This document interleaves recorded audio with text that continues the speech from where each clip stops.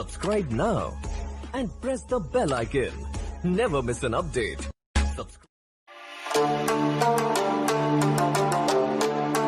Hello मेरे प्यारे दोस्तों, मेरा नाम है आदर्श राज और मैं चलिए इस वीडियो को शुरू करते हैं। मेरा और आपका चैनल जो नीट हेल्पफुल है, आपका इस चैनल में बहुत बहुत स्वागत है। तो चलिए आइए इस वीडियो को हम लोग शुरू करते हैं। दोस्तों, इस वीडियो को शुरू करने से पहले मैं एक स्टोरी आपसे डिस्कस करना चाहता हूँ। ये स्टोरी कुछ यूँ प्रकार से स्टार्ट होता है। एक बार की बात है कि एक शहर में एक लड़का रहता था। स्कूल से आने के बाद वो अपने पिता के साथ काम पर जाया करता था। उसके पिता एक घोड़े के अस्तबल में काम करते थे। वह लड़का रोज़ ही देखता और सोचता था कि किस तरह उसके पिता इतनी मेहनत करते, लेकिन फिर भी वो उन्हें मान सम्मान नहीं मिलता था जो उस अस्तबल के मालिक को मिलता था। वह रोज़ देखता था कि किस तरह उस अस्तबल का मालिक समाज में खूब इज्जत पाता। एक दिन उसके स्कूल में उसके के शिक्षक ने सभी बच्चों को एक लेख लिखकर लाने के लिए कहा। उस लेख में सभी बच्चों को यह लिखकर लाना था कि बड़े होकर वो क्या बनना चाहते हैं और उनका क्या सपना है।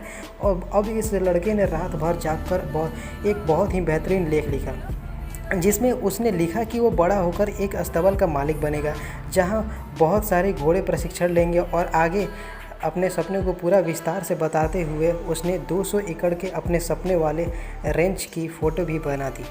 अगले दिन उसने पूरे मन से अपना लेख शिक्षक को दिया। शिक्षक ने सभी कॉपियां जांचने के बाद परिणाम सुनाया और उस लड़के को लेख के लिए कोई मार्क्स नहीं दिया। उसकी कॉपी में बड़े अक्षर से फेल लिख दिया। फिर अब लड़का टीचर के पास गया और पूछा, आपने मुझे मार्क्स क्यों नहीं दिया और फेल मुझे क्यों कर दिया? तो टीचर्स ने जवाब में क्या बोला कि अगर तुम भी बाकी बच्चों की तरह छोटा मोटा लेख लिख कर लाते तो तुम पास हो जाते, लेकिन तुमने जो लिखा वो पूरी तरह से असंभव है। तुम लोगों के पास कुछ नहीं है, ठीक है, और इसीलिए जो तुमने लिखा है ऐसा संभव ही नहीं हो सकता है। तुम चाहो तो मैं तुम्हें एक और मौका देता हूँ। तुम कल दूसरा लेख लिख कर लाना जिसमें जो ही वास्तविक लक्ष्य बना लेना, जो तुम्हारा वास्तविक लक्ष्य हो उसे तुम बना लेना। तो घर जाकर लड़के ने बहुत ज़्यादा विचार से सोचने के बाद उसने क्या किया कि लेकिन बहुत विचार से उसने सोचा और उसे कुछ और बनाने का विचार नहीं आ रहा था। अगले दिन अपने टीचर के पास जाकर उसने बोला, आपको जो भी मार्क्स देना है आप मुझे दे दीजिए, लेकिन मेरा तो वही सपना है और मुझे कुछ और नहीं बनना है। मैं अपना सपना बदल नहीं सकता। 20 साल बाद उस लड़के ने सचमुच अपना सपना को पूरा कर दिया। और इस कहानी से हमें यह सीख मिलता है कि अगर हम कुछ करने की ठान ले और बिना विचलित हुए पूरे मन से उस लक्ष्य को पाने में अपना सारा ध्यान लगा दें, तो हमें अपना सपना पूरा करने से कोई नहीं रोक सकता। सिर्फ आपके मन में खुद के सपने के प्रति कोई शंका ही नहीं होनी चाहिए। तो चलिए दोस्तों, इसी कहानी के साथ हम लोग अपना जो प्रीवियस लेक्चर में मैंने जो सॉलिड स्टेट चैप्टर का जो नोट्स प्रोवाइड किया था उसका मैंने लिंक डिस्क्रिप्शन बॉक्स में डाल दिया था और इसका भी लिंक मैंने डिस्क्रिप्शन बॉक्स में डाल दिया है। और साथ ही साथ फ्रेंड्स, इस पे जो भी मतलब बढ़िया जो क्वेश्चंस हैं वो भी मैंने लिंक डिस्क्रिप्शन बॉक्स में मैंने डाल दिया है और आप उसे बढ़िया से आप लोग देख लेना। सो फ्रेंड्स, ये जो आज का जो चैप्टर है वो द लिविंग वर्ल्ड है। ये बायोलॉजी का पहला चैप्टर है। ये क्लास 11th के लिए भी हेल्पफुल है और नीट के एस्पिरेंट जो स्टूडेंट है उनके लिए भी हेल्पफुल है।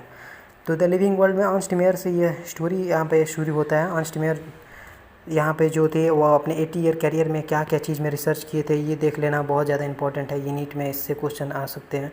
और यहाँ पर लिविंग, ग्रोथ, रिप्रोडक्शन, मेटाबॉलिज्म, जितने भी लिविंग ऑर्गेनिज्म होते हैं वो सारे मतलब केमिकल से बने रहते हैं, चाहे वो स्मॉल हो, बिग हो, चाहे वेरियस क्लासेस उनका size, exhibited class, diversified functions हो। और ये 2 प्रकार के होते हैं। और जितने भी सम तुम्हारे टोटल कंस्ट्रक्टिव, एनाबॉलिक और डिस्ट्रक्टिव कैटाबॉलिक लिविंग ऑर्गेनिज्म होते हैं उसको हम लोग मेटाबॉलिज्म को बोलते हैं। 2 प्रकार के होते हैं, एक होता है एनाबॉलिज्म, एक होता है तुम्हारा कैटाबॉलिज्म। एनाबॉलिज्म, कैटाबॉलिज्म आप लोग समझ सकते हो बढ़िया से, एकदम शॉर्ट लैंग्वेज, बढ़िया लैंग्वेज में लिखा हुआ है। सारे एनसीईआरटी के टू द पॉइंट है, आप लोग आराम से आप लोग देख लेना, ठीक है। फिर शुरू होता है diversity in the living world में। बायोडाइवर्सिटी से स्टार्ट होता है, फिर सिस्टमैटिक में आ जाते हैं हम लोग। फिर टेक्सोनॉमी से स्टार्ट होता है। टेक्सोनॉमी में आप लोग ये देख लेना कि कार्लस लिनायस ने मतलब फादर ऑफ टेक्सोनॉमी है। और बेसिकली इसमें हम लोग स्टडी करते हैं rules of principle and practices of classification and identification and nomenclatures of organisms के बारे में स्टडी करते हैं। एच सैंटिपाउ जो थे वो फादर ऑफ इंडियन टेक्सोनॉमी थे। ब्रांच क्या क्या होती है टेक्सोनॉमी की, ये आप लोग देख सकते हो, 4 प्रकार के ब्रांच होते हैं। टाइप्स ऑफ टेक्सोनॉमी आप लोग देख लेना, अल्फा टेक्सोनॉमी होता है, बीटा टेक्सोनॉमी होता है और गामा टेक्सोनॉमी होता है। फंडामेंटल कंपोनेंट्स क्या क्या है टेक्सोनॉमी का, तो क्लासिफिकेशन होता है, आइडेंटिफिकेशन होता है, नोमेनक्लेचर होता है। सिस्टमैटिक एंड टेक्सोनॉमी में क्या क्या डिफरेंसेस हैं तो आप लोग ये यहाँ पर देख लेना, बहुत ईजी अच्छा शॉर्ट लैंग्वेज में लिखा हुआ है और इजीली आप लोग समझ सकते हो। नोमेनक्लेचर फिर यहाँ पर मैंने बताया, नोमेनक्लेचर में बायोनोमियल नोमेनक्लेचर आ जाता है। बायोनोमियल नोमेनक्लेचर में फर्स्ट वर्ड आप लोग देख लेना है, फर्स्ट वर्ड तो जेनरिक से ही शुरू होता है, रिटर्न हम लोग लिखते हैं कैपिटल लेटर में होता है और डिज़ाइन उसको करते हैं विद स्पेसिफिक स्पीसीज बिलोंग्स करता है सेकेंड वर्ड में, और जो होता है स्पेसिफिक नेम और वो जो होता है स्मॉल लेटर में होता है। एग्जांपल एक देख लेना, मैंगीफेरा इंडिका, ठीक है। सो साइंटिफिक नेम जो था वो प्रिंटेड किया गया था इटालिक में, और लेकिन उसको अंडरलाइन किया गया था हैंड रिटन डिस्क्रिप्शंस, और जो नेम था ऑफ द ऑथर जो नेम था ऑथर का स्क्रिप्ट इन रोमन में लिखा गया था वो, ठीक है। और कौन कौन सा मतलब कि कोड्स होते हैं नोमेनक्लेचर का, तो ICBN होता है, ICZN होता है, ICBSAN होता है, ICVN होता है, ICNCP होता है, international code of nomenclature for cultivated plants होता है। टेक्सोनॉमिक क्या कैटेगरीज हैं, हियरार्की जिसको हम लोग बोलते हैं, तो स्पीसीज़ आ जाता है इसमें, 7 तरह के कैटेगरीज होते हैं। आप लोग देख लेना, स्पीसीज़ होती हैं जो होते हैं lowest level of taxonomic hierarchy होता है, ठीक है। और फिर से स्पीसीज़ में आप लोग ये भी आप लोग बोल सकते हो कि taxonomic studies consider a group of individuals organism with fundamental similarity as a species. और इसमें आप एग्जांपल ये दे सकते हो कि लेटस आप मान लो कि कोई एक एग्जांपल ले लो, मैंगीफेरा इंडिका हो गया, या फिर सोलेमन टुब्रेशियम हो गया पोटैटो का, या फिर पैंथेरा लियो जो हम लोग लायन का जो साइंटिफिक नेम होता है वो हो गया। तो जो इसमें सारे जो तीनों नेम में आप लोग देखोगे तो इंडिका, ट्यूब्रेशियम और लियो सारा रिप्रेजेंट करता है स्पीसीज़ से, ठीक है। लेकिन जो फर्स्ट वर्ड जो है मैंगीफेरा, सोलेमन, पैंथेरा, ये सारे हैं आपके जेनरा है, मतलब कि जेनस है, मतलब जेनरा है, जीनस आप बोल सकते हो। सो जीनस में आप लोग यहाँ पर देख लो कि जीनस जो होता है basically genus comprises a group of related species, ये भी रिलेटेड रहता है स्पीसीज से, with more character in common in comparisons to species of other genera. इसका एग्जांपल ले लो कि पोटैटो, टमाटो एंड ब्रिंजल, ये 3 तरह के डिफरेंट स्पीसीज़ होते हैं, लेकिन वो सारे बिलोंग करते हैं जीनस उसके सोलमेन से वो बिलोंग करते हैं। जैसे एग्जांपल एक और ले लो कि जैसे लायन का हो गया पैंथेरा लियो, लिपॉर्ड का हो गया पैंथेरा पैराडाइज, टाइगर का हो गया पैंथेरा टिग्रिस। ये सारे सेवरल जो कॉमन फीचर्स हैं, ये सारे all are species with of the genus Panthera, ठीक है। फैमिली आप यहाँ पर ले लो, ऑर्डर ले लो, क्लास ले लो, यहाँ पर आप देख सकते हो, ईजिली आपको समझ में आ सकता है। एक एग्जांपल भी मैंने दे दिया है टेक्सोनॉमिक हियरार्की का, मतलब ह्यूमन का है, उसका किंगडम क्या है, फाइलम क्या है, क्लास क्या है, ऑर्डर क्या है, फैमिली क्या है, जीनस क्या है, स्पीसीज़ क्या है, तो आप यहाँ पर देख सकते हो। फिर बात आती है आपके टेक्सोनॉमिक एड्स की। टेक्सोनॉमिक एड्स का इसमें आ जाता है हर्बेरियम आ जाता है, हर्बेरियम से शुरू होता है। तो हर्बेरियम मैंने बताया ही था कि एक स्टोर ऑफ हाउस होता है ऑफ कल्टिवेटेड प्लांट स्पेसिमेंट्स है, और उसको हम लोग डिवाइड करते हैं, प्रेस्ट करते हैं, प्रिजर्व करते हैं ऑन द सीट में फिर, ठीक है।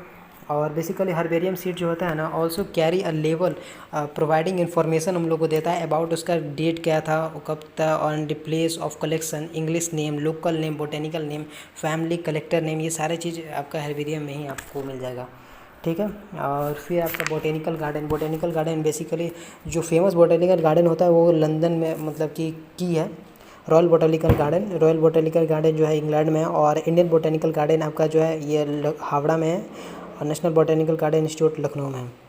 फिर आपका म्यूज़ियम आ जाता है, फिर जूलॉजिकल पार्क्स आ जाता है, फिर आपका टेक्सोनॉमिक की आ जाता है। तो यहाँ पर मैंने एक और बात बताना है आप लोगों को कि जो जूलॉजिकल पार्क्स में मैंने बताया था कि नेशनल जूलॉजिकल पार्क जो है ये मथुरा रोड में न्यू दिल्ली में है, और नेहरू जूलॉजिकल पार्क हैदराबाद आंध्र प्रदेश में है। ये दोनों आप लोग इंपॉर्टेंट ये चीज़ है। और ये जो फर्स्ट वाला मैंने बताया था इस पर क्वेश्चन भी आ चुका है 2002 में, AIPMT जो मेडिकल है उसमें ये सवाल आ चुका है, ठीक है।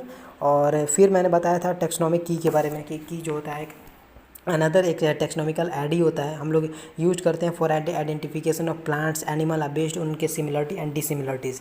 जो हम लोग की को हम लोग based on their contrasting character में होता है, जनरली वो पेयर में होता है, तो उसको हम लोग कपलेट कहते हैं। और हर स्टेटमेंट जो होता है ना की का, उसको हम लोग क्या कहते हैं, लीड कहते हैं। ठीक है दोस्तों, तो चलिए दोस्तों, आज का वीडियो यहीं पर समाप्त होता है। और आप इस वीडियो को ज़्यादा से ज़्यादा लाइक कीजिए, सब्सक्राइब कीजिए और ज़्यादा से ज़्यादा लोगों को पास ये शेयर कीजिए, ताकि ये कोरोना के समय में सबको मदद मिल सके। ठीक है दोस्तों, इसी के साथ मैं आदर्श राज आपको थैंक यू बोलता हूँ। Thank you for watching this video.